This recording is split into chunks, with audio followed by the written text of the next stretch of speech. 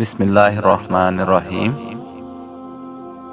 ہمارے پیارے نبی صلی اللہ علیہ وآلہ وسلم جب اپنے بستر پر تشریف لے جاتے تو یہ دعا پڑھتے: اللہم انک خلقت نفسی وانت توفاہا لک مماتها ومحیاها ان احییتها فاحفظها وَإِنْ أَمَتَّهَا فَاغْفِرْ لَهَا اللَّهُمَّ إِنِّي أَسْأَلُكَ الْعَافِيَةَ۔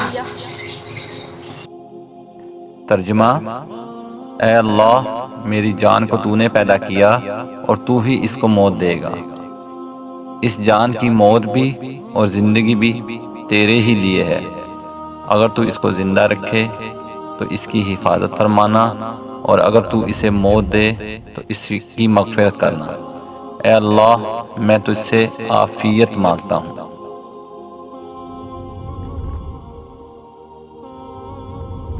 اسی حدیث کے متعلق ایک شخص نے حضرت عبداللہ بن عمر رضی اللہ تعالیٰ عنہما سے پوچھا، کیا آپ نے یہ حدیث حضرت عمر رضی اللہ تعالیٰ عنہ سے سنی ہے؟